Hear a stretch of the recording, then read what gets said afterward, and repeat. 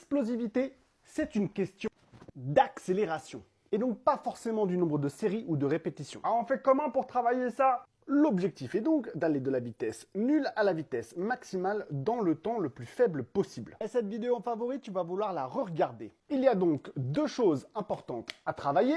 La force de déplacement initiale de la masse et l'augmentation aussi rapide que possible de la force dans cette unité de déplacement minimale. Et en français, ça donne quoi? En gros, être capable, dans une position statique, d'exploser aussi vite que possible, d'avoir la force nécessaire de ce premier déplacement. Et cette force initiale ne suffit pas, il faut continuer à appliquer une force de plus en plus grande pour créer cette accélération, cette explosivité. Tout comme une fusée qui a besoin d'une grosse poussée initiale, mais qui doit ensuite continuer à cramer du carburant pour dégager de l'atmosphère à sa vitesse maximale. Alors vous pourrez mettre une petite fusée en commentaire. Donc accélérer pendant le mouvement, c'est la différence entre ça et ça.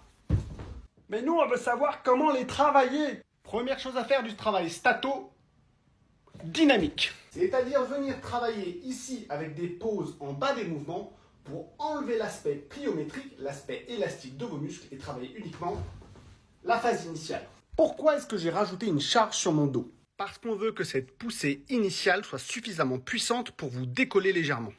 Si vous habituez votre corps à lutter contre une charge dans la portion basse, la portion la plus faible, avec une pause, lorsque vous enlèverez la charge, vous serez beaucoup plus puissant, beaucoup plus explosif. Bien sûr, ça fonctionne aussi pour les bras. Et pour la course également, vous avez déjà dû voir ça, où vous devez lutter contre une charge dès le démarrage. Et l'accélération du coup?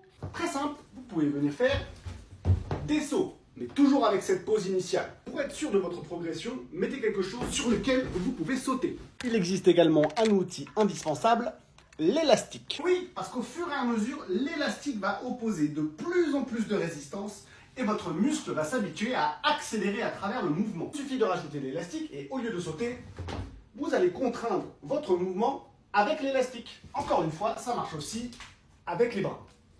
Pour le protocole, 9 à 12 séries de 3 répétitions avec 45 secondes à 1 minute 30 de pause entre chaque. La vidéo t'a plu? Suis-moi pour pas rater les autres.